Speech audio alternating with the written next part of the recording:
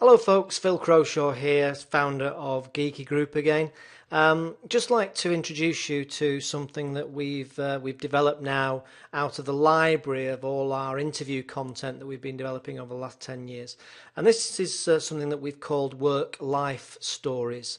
And this particular work-life story is with a lady that I think most of you, or a lot of you, will recognise, certainly her name, and that's featuring Martha Lane Fox. Martha Lane Fox, for those of you that know the name or even don't know, was actually the founder, or the original founder, of lastminute.com. And of course, pretty much a household name now. And she's gone on to do all sorts of other entrepreneurial activities too. She's an entrepreneur, but she's also a digital czar in that she became the digital champion for the government responsible for promoting the digital sector and looking to try and make sure that everybody in the country was getting access to broadband and decent broadband speeds and had access to digital learning, etc.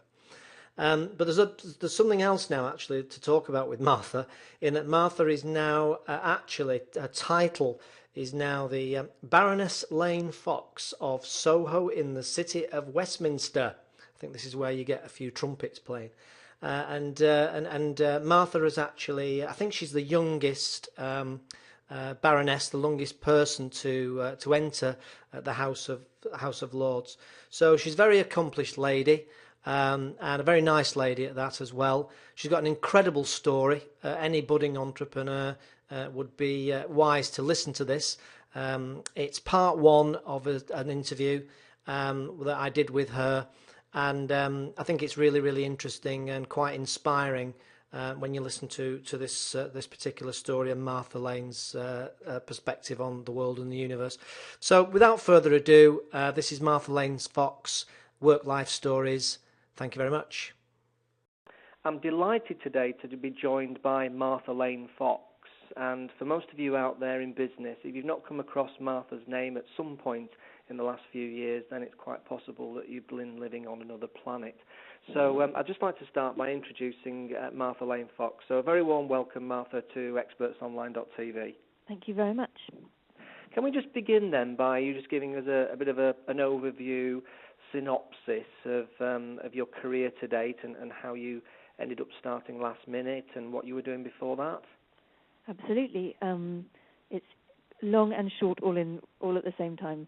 I started life working at a consulting company called Spectrum. They were predominantly focused on the media and telecom sectors, and it was a great bit of early use of technology for me, because I was traveling all over the world looking at projects about the internet and about telecoms right back in 1994, 95. So it had a profound effect on me from that point of view. It also had a profound effect on my life because I met Brent Hoberman, who was the co-founder of lastminute.com with me, and it was his idea, and he very generously shared it with me, and we started on that crazy journey in 1998. Took the company public in 2000.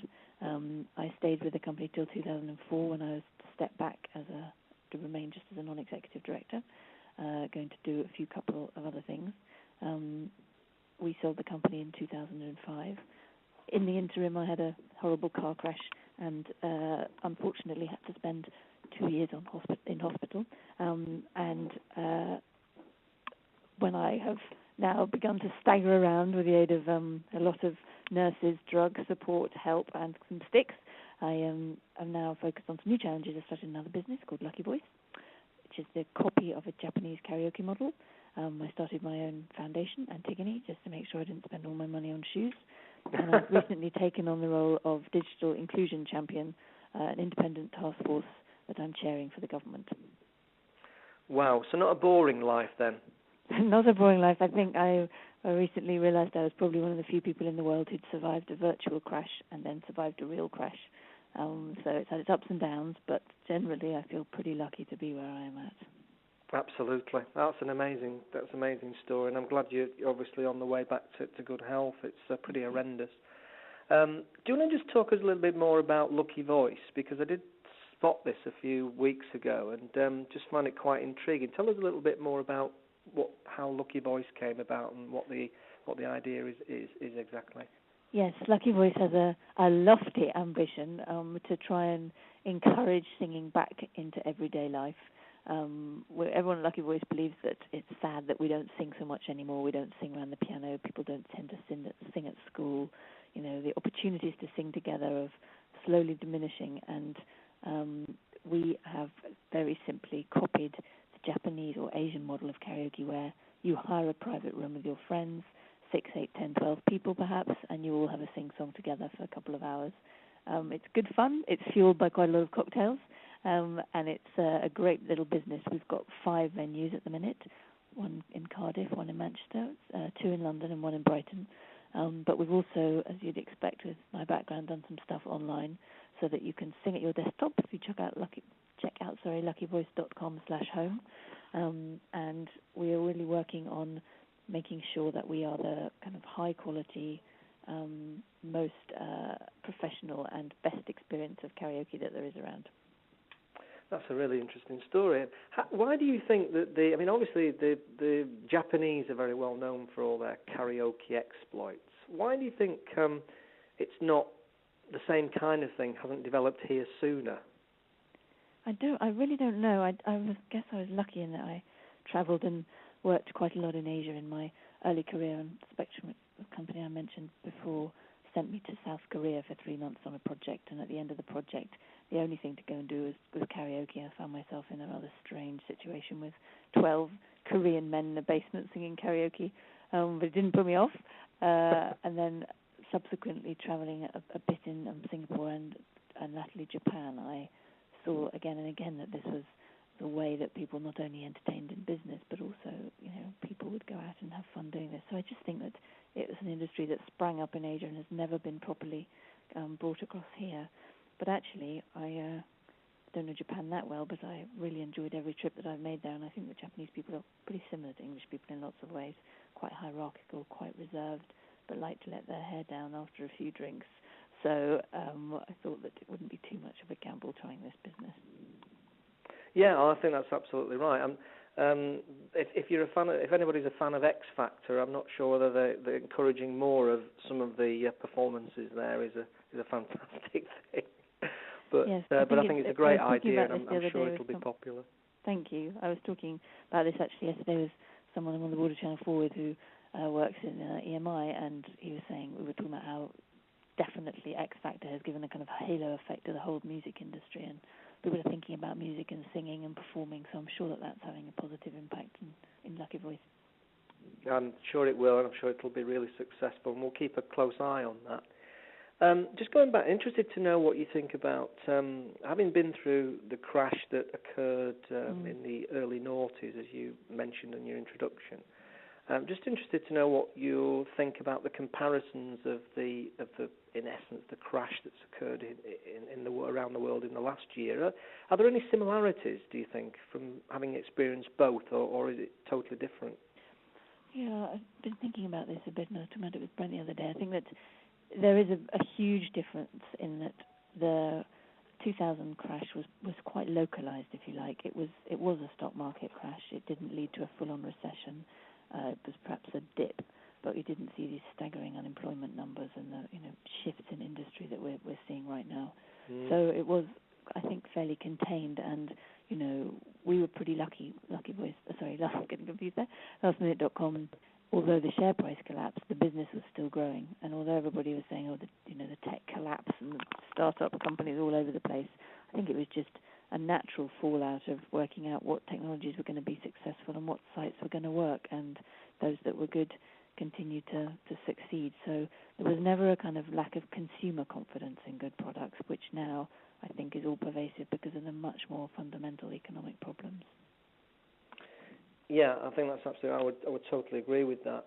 There's a lot of books around about saying anyone can do it. Is the classic one. I think Sahar Hashemi's book is called that, as well as Duncan Bannatyne. Do you have a view as to whether it is true that anyone can do the entrepreneurial thing, or does it really take a certain type of character and personality? Sorry to interrupt you. I think I probably have a funny view on this one because I think that it's incredibly important to support entrepreneurialism, obviously, and innovation. And I think that it, particularly now as digital technologies really do encourage, I believe, much broader possibilities and broader access to potentially to consumer markets. But I also think that not everybody is an entrepreneur, and entrepreneurs need really great operational people and need other people around them to make them successful. So I'm a big believer in the number 2, the number 3, number 4, 5, 6, 7, 8, 9, 10 that make small companies good. And it's getting that combination of people that I think is the absolute key. I'm very lucky. I've always worked in fabulous partnerships. You know, Brent and I have a long-standing friendship and I hope respect, but also a very good working relationship. Nick Sittleton, who runs Lucky Voice for me, I'm the executive chairman, he's the MD. Again, long friendship and a very good working relationship. So I think I'm a huge fan of double acts. I think that they can help enormously. I think it's lonely at the top, and doing it with someone else is great. And if you get it right, it can lead to an extremely strong business. So entrepreneurs are good, but crazy, and could be called freaks in several ways. So I urge all those people who may not be the entrepreneurs themselves to think about the skills they have that could support or back up entrepreneurs.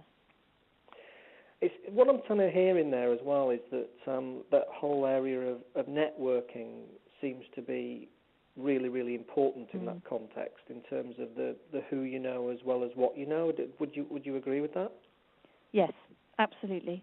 And I think that one of the things that I noticed between people that are kind of entrepreneurs who grow businesses fast and entrepreneurs who stay in kind of relatively small businesses, I guess, both of which are very important, but both have different characteristics. So the entrepreneurs that tend to network and really get out there and try and build partnerships and not be too internal focused, but very externally focused, probably have more success at growing businesses quicker, because I think they're more open to ideas and more able to strike creative and interesting relationships with people. And I think that that's something Brent taught me very deeply, is that, you know, it's always worth having the conversation with someone. You never know what might come out of it.